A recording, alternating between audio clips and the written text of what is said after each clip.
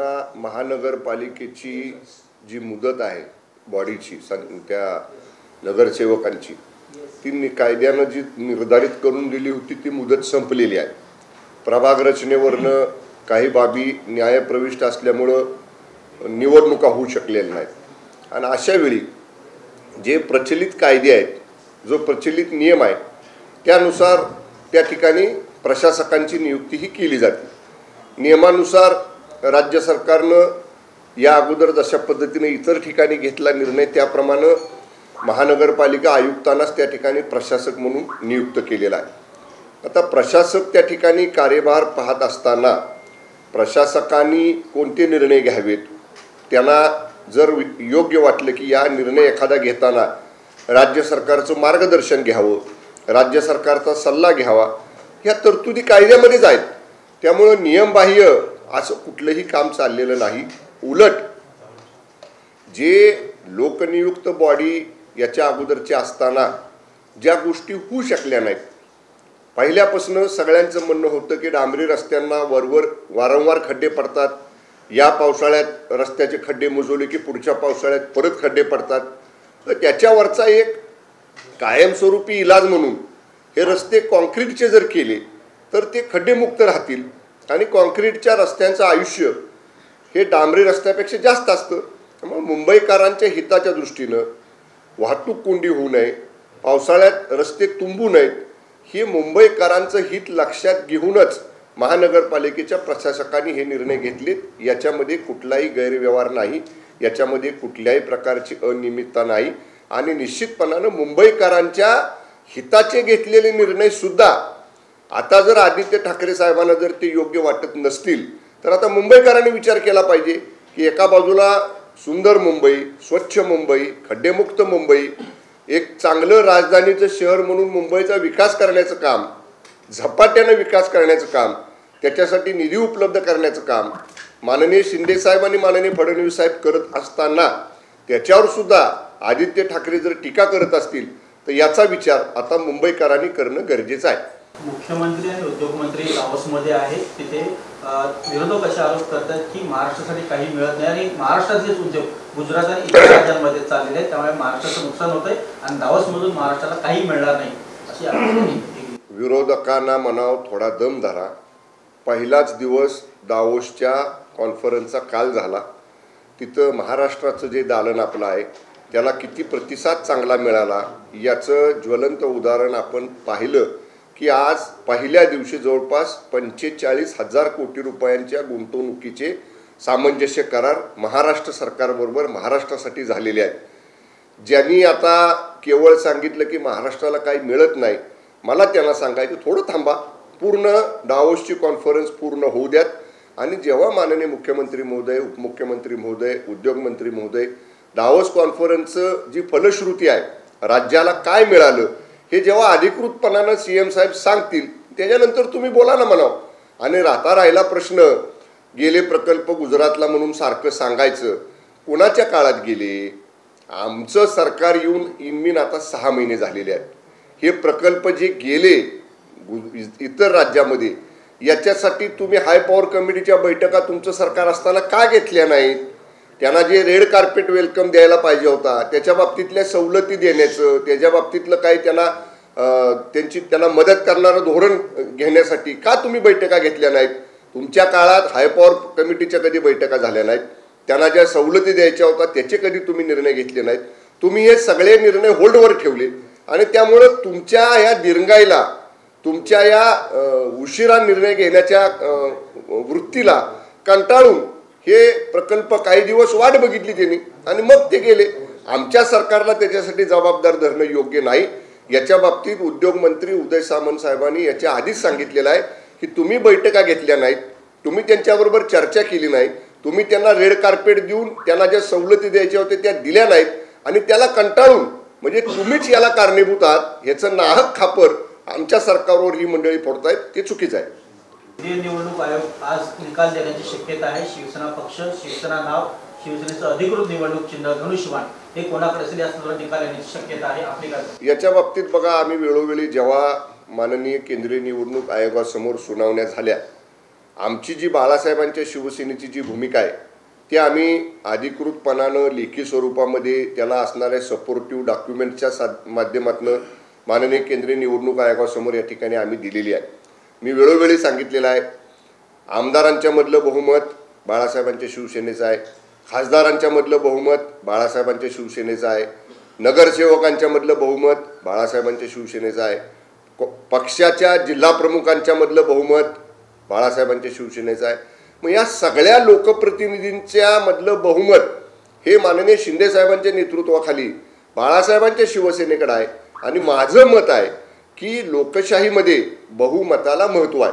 त्यामुळं आम्हाला विश्वास आहे की या सगळ्या बाबी ज्या आम्ही दाखल केलेल्या आहेत माननीय केंद्रीय निवडणूक आयोगाच्या समोर, या सगळ्या बाबींचा विचार माननीय केंद्रीय निवडणूक आयोग करेल आणि ज्याच्याकडं बहुमत आहे त्यालाच अधिकृत पक्ष म्हणून आणि अधिकृत पक्षाचं चिन्ह म्हणून माननीय केंद्रीय निवडणूक आयोग मान्यता देईल असा आम्हाला विश्वास आहे.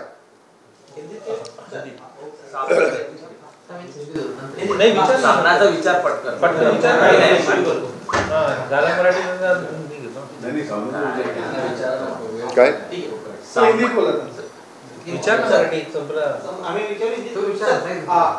आदित्य ठाकरे ने आरोप लगाया है कि अगर मुंबई की सड़कें कंक्रीट की बन जाएगी तो मुंबई भी जोशीमठ हो सकता है. आपका क्या कहना है?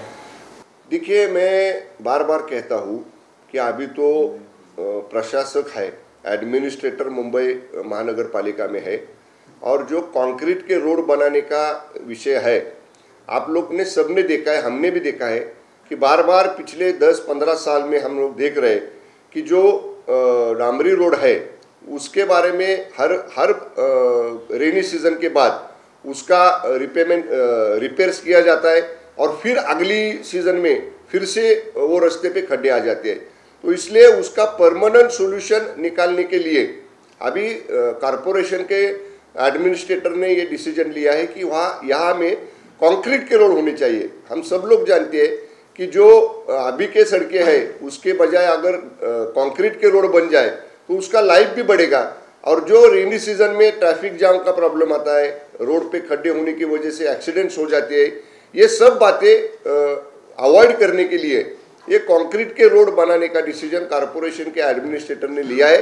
और ऐसा करने के बाद मुझे नहीं लगता है कि जो आदित्य जी ठाकरे कह रहे हैं कि इसका जोशीमठ हो जाएगा, बिल्कुल ऐसी कोई भी संभावना नहीं है.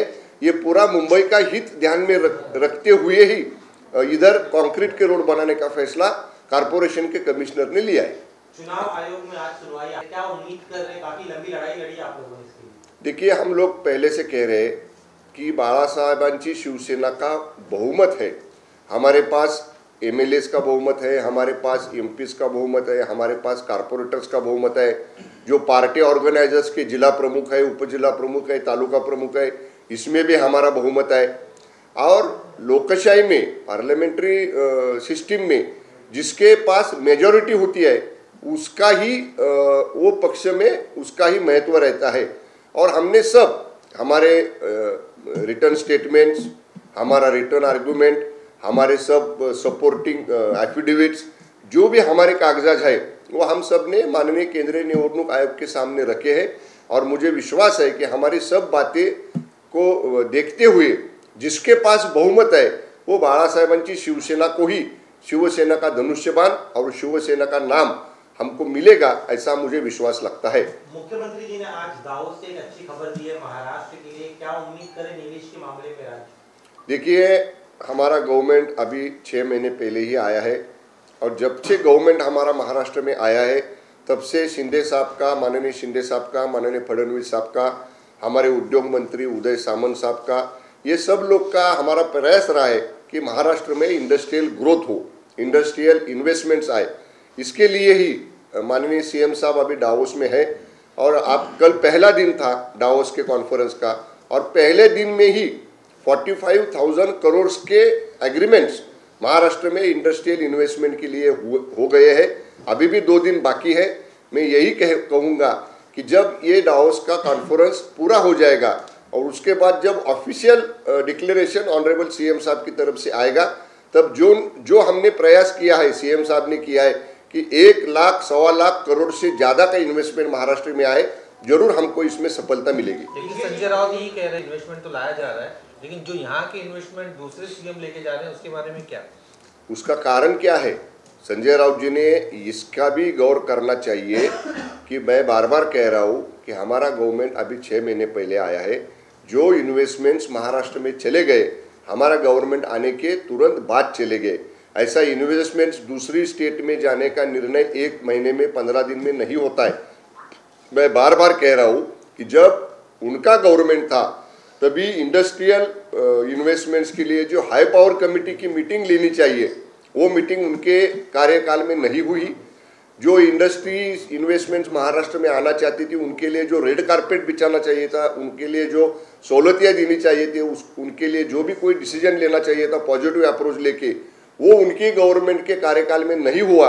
और उसे तंग आके इनकी जो दिरंगाई हुई थी, इनके पास से जो डिले हुआ था, उसी वजह से ये इन्वेस्टमेंट्स बाहर के राज्य में गए। इसके लिए हमारा शिंदे फडणवीस सरकार जवाबदार नहीं है। सर, इसके साथ ही पिछले 2.5 महीने में महाराष्ट्र में 40 से ज्यादा हिंदू जन आक्रोश मोर्चा निकल चुके हैं। आपके भी कई नेताओं ने हिस्सा लिया।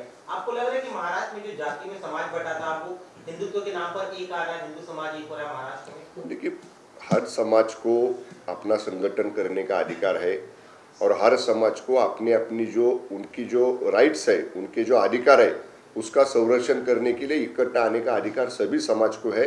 अगर हिंदू समाज इसी तरह इकट्ठा आता है और एक प्लेटफॉर्म में सब हिंदू जमा हो जाते हैं तो इसमें कोई बुरी बात नहीं है। अपने अपने अधिकार के लिए, अपने अपने अधिकार के संरक्षण के लिए ये इकट्ठा आ रहे और उसके लिए उसमें कोई दूसरी बात नहीं है।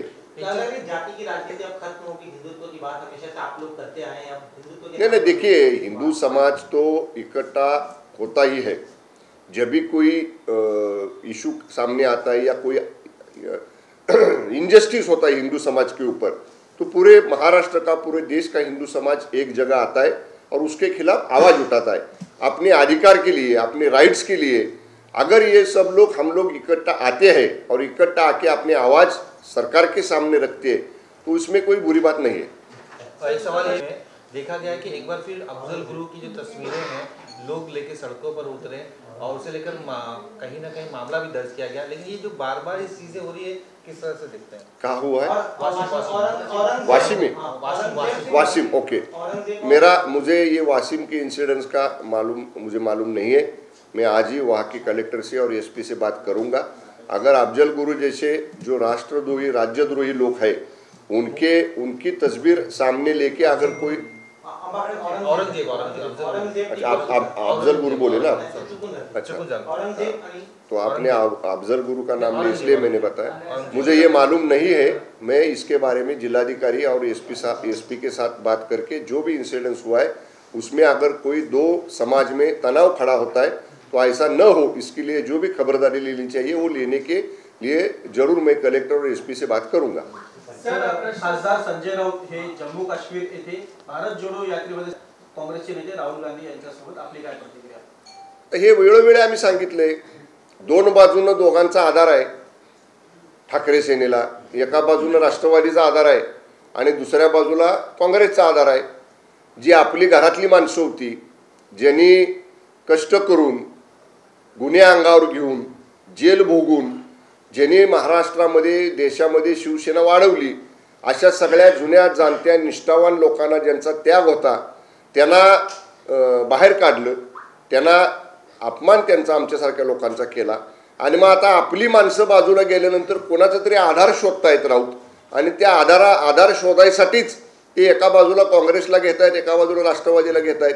ठीक आहे, एवढं सगळं ते करतायत, परंतु ज्या काँग्रेसला मी कधी बरोबर घेणार नाही, ज्या काँग्रेसच्या बरोबर मी कधी जाणार नाही, माझी शिवसेना जाणार नाही, हे वंदनीय शिवसेना प्रमुख जे बोलले होते त्याच्या बरोबर उलटी कृती हे संजय राऊत करतायत। त्यामुळे वंदनीय बाळासाहेब ठाकरे साहेबांच्या विचाराची प्रतारणा कोण करते, वंदनीय बाळासाहेब ठाकरे साहेबांच्या ज्वलंत हिंदुत्वाच्या विचारापासून बाजूला कोण जाते, हे संजय राऊतांच्या या कृतीवरून आता सिद्ध झालेलं आहे। सामनात एक जहरी टीका करण्यात आलेली आहे। महाराष्ट्राने अंधश्रद्धेविरुद्ध नेहमी लढा दिलेला आहे, अंधश्रद्धेविरुद्ध कायदे केलेले आहे, पण जेव्हापासून युती सरकार आल्यापासून अंधश्रद्धांना उभारी मिळते आहे। जादूटोना, लिंबू मिरची, टाचण्या यासारख्या म्हणजे याची महाराष्ट्राची ओळख होता कामा नये असं त्यांनी सामनाच्या अग्रलेखात म्हटले. कदाचित वर्षा बंगला जे माननीय मुख्यमंत्र्यांचं शासकीय निवासस्थान आहे त्याच्यामध्ये आमचे मुख्यमंत्री माननीय शिंदेसाहेब जेव्हा प्रवेश करायला जाणार होते आणि त्याच्या अगोदर जेव्हा त्या बंगल्याची साफसफाई केली तेव्हा तिथल्या लोकांनी सांगितलं पाठीभर पोतभर लिंबू मिरच्या तिथं सापडल्या. कदाचित त्याची आठवण संजय राऊतांना आता झाली असेल. त्यांनी उपमुख्यमंत्री टोला देखील लागवला आहे. त्यात त्यांनी असं म्हटलंय की पांडुरंगाचा साकडा घालावा, विरोधक जे त्यांच्या जीविताचं रक्षण होईल अशा पद्धतीने टोला लागवला आहे. विरोधकांच्या जीविताचा असेल, सत्ताधाऱ्यांच्या जीविताचा असेल, राज्यातल्या सामान्य नागरिकाच्या रक्षणाची जबाबदारी ही राज्य सरकारची राज्यकर्त्यांची असते. त्यामुळं याच्यामध्ये राज्य सरकार कुठेही कमी पडणार नाही. ज्यांना कुणाला जीविताला धोका असेल त्यांनी जर त्यांचं म्हणणं राज्य सरकारकडे कळवलं तर त्याच्यासाठी आमच्या गृह विभागामध्ये उच्चस्तरीय समिती अधिकाऱ्यांची आहे. ती समिती ते सगळ्या गोष्टी पडताळून पाहिल आणि जर एखाद्या व्यक्तीच्या जीविताला राज्यामध्ये धोका असेल तर जरूर तपासून त्याच्या संरक्षणाची पूर्ण जबाबदारी राज्य सरकार घेईल. दावोसमध्ये जे काय सध्या गुंतवणुकीसाठी मुख्यमंत्री आणि उद्योगमंत्री गेले त्यावर सुद्धा प्रश्न उपस्थित करतात. 40 लाख कोटीची सांगितलं ना मी आता, सांगितलं ना आत्ताच, तुम्ही यायच्या आधी सांगितलं. राहुल गांधी के साथ भारत जोड़ो यात्रा में शामिल होंगे, कश्मीर में जाकर कश्मीर पंडित से मुलाकात करें, उनकी इस यात्रा को आप किस तरह देखते हैं? नहीं, मैंने अभी कहा कि वंदनीय शिवसेना प्रमुख बाला साहब ठाकरे जी ने कहा था कि मैं कभी कांग्रेस को साथ में नहीं लूंगा, ना ही कांग्रेस के साथ में कभी जाऊंगा. ये वंदनीय शिवसेना प्रमुख जी का एक विचार था और उनका एक निर्णय था. उसके बरोबर अपोजिट कृति संजय राउत जी कर रहे वो अभी वहाँ पे जाके कांग्रेस के हाथ में हाथ मिला के वहाँ जाके उनके साथ कार्यक्रम कर रहे. वंदनीय बाला साहब ठाकरे साहब के विचार से अलग कौन हो रहा है और वंदनीय बाला साहब ठाकरे साहब के विचार की बरोबर अगेंस्ट कृति कौन कर रहा है और बाला साहब ठाकरे साहब के विचार से प्रताड़ना कौन कर रहा है, ये संजय राउत की और ठाकरे सेना की कृति से ये सामने आ रहा है. इतना ही मैं कहना चाहूँगा. ओके. पंतप्रधान नरेंद्र मोदी 19 तारखेला मुंबईत आहेत. अर्थातच भाजपने मोठी तयारी केलेली आहे. मोठ्या संख्येने तिथे लोक उपस्थित. शिंदे गट अर्थात तुमच्याकडून काय किती संख्येने लोक तिथे उपस्थित आहेत? बघा, राज्याची देशाची आर्थिक राजधानी मुंबईमध्ये आहे. जे इन्फ्रास्ट्रक्चरचे प्रकल्प आहेत त्या काही प्रकल्पांची कोनशिला अनावरण आणि काही प्रकल्पाचं लोकार्पण करण्यासाठी आणि राज्यातल्या मुंबईतल्या जनतेला संबोधित करण्यासाठी माननीय पंतप्रधान मोदी साहेब मुंबईमध्ये येत आहेत. मुंबईमध्ये येणाऱ्या माननीय पंतप्रधान महोदयांचं जोरदार स्वागत करणं आणि त्यांचे विचार जास्तीत जास्त लोकांनी ऐकावेत आणि मुंबईची महाराष्ट्राची प्रगती व्हावी या दृष्टीनं जोरदार तयारी माननीय पंतप्रधान महोदयांच्या स्वागताची मुंबईमध्ये आम्ही सगळ्यांनी मिळून केलेली आहे. नाव घेतल्याशिवाय शिंदे गटाच्या माणसाचं दुकानच चालू शकत नाही. रात्रंदिवस ते आमचेच नाव आहे. कुणाचं आम्ही नाव वंदनीय बाळासाहेब ठाकरे साहेबांचं घेतोय.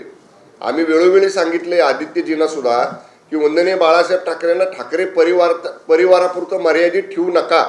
वंदनीय बाळासाहेब ठाकरे साहेब हे राष्ट्रपुरुष आहेत.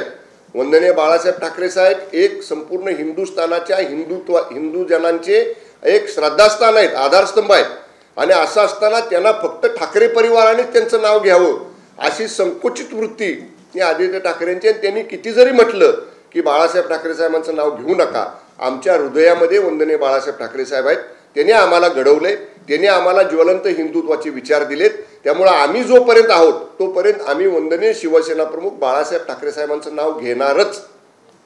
पीएम मोदी हिंदी में पीएम मोदी को चला आता मला मीटिंगला जायचं. सर एक शेवटच्या ज्या पद्धतीने आपण म्हटलं की लिंबू मिरची ही वर्षावरती लिंबू मिरच्या सापडल्या होत्या ज्यावेळी शिंदेसाहेब प्रवेश करणार होते. कुठेतरी प्रबोधन ठाकरेंचे विचार हे ठाकरे आता उद्धव ठाकरे विसरलेले आहेत का? नाही, बघा आम्ही आता ज्यावेळी माननीय शिंदे साहेब वर्षा निवासस्थानामध्ये प्रवेश करणार होते, नेहमीची पद्धत आहे जेव्हा जुने जाणारे मुख्यमंत्री बंगला सोडतात आणि नवीन मुख्यमंत्री येतात तेव्हा साफसफाई रंगरंगोटी किरकोळ दुरुस्ती करूनच नवीन मुख्यमंत्री महोदय तिथं जात असतात. जेव्हा शिंदे साहेब तिथं जायला साफसफाई सुरू होती तेव्हा तिथल्या लोकांनी सांगितलं की बाबा अशा पद्धतीनं पाठीभर पोतभर लिंबू मिरच्या आम्हाला सापडल्या. मग आधी कोण होतं तिथं, कोणाच्या होत्या त्या, हे आता तुम्हीच त्याचा विचार करा ना. आम्ही जे तिथल्या लोकांनी आम्हाला सांगितलं ते तुम्हाला सांगतोय. त्यामुळं आता ते कुणी ठेवल्या होत्या, कशासाठी आणल्या होत्या, कोण ते करत होतं हे आता तुम्हीच ते ओळखा काय नेमकं आहे ते। सर एक हिंदी में सवाल लास्ट, पीएम मोदी 19 तारीख को आ रहे हैं, क्या ये कहीं ना कहीं बीएमसी चुनाव या दूसरे चुनाव की तैयारियों के तौर पे विपक्ष देख रहा है? शिंदे ग्रुप के भी काफी लोग शामिल होने वाले, किस तरह इस पूरी तैयारी को देखते हैं? इस दौरे से पहले विपक्ष नाराज भी है और पीएम पे निशाना साधा है। नहीं, विपक्ष का काम ही होता है टीका करना, लेकिन मुंबई के इंफ्रास्ट्रक्चर प्रोजेक्ट्स के फाउंडेशन स्टोन रखने के लिए, लोकार्पण करने के लिए ऑनरेबल प्राइम मिनिस्टर साहब मुंबई में आ रहे हैं। उनकी मुंबई दौरे में मुंबई के हित में, महाराष्ट्र के हित में बहुत सारी उम्मीदें हमारी सब महाराष्ट्र की जनता को, मुंबई की जनता को है। मुंबई की डेवलपमेंट के लिए, मुंबई के विकास के लिए, मुंबई को एक इंटरनेशनल लेवल का शहर बनाने के लिए माननीय प्राइम मिनिस्टर जी का भी बहुत अच्छा बड़ा सहयोग मिल रहा है और इसके लिए उनके स्वागत की बहुत जोर से तैयारी बाळासाहेबांची शिवसेना और भारतीय जनता पक्ष और हमारे मित्र पक्षों के सहयोगियों ने हमने की है और जोर से स्वागत बड़ी सभा माननीय प्रधानमंत्री जी की मुंबई में होगी। Okay, thank you.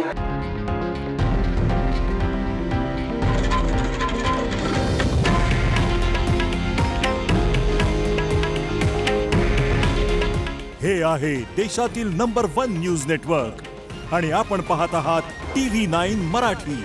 काळजी तुमची, हित महाराष्ट्राचं।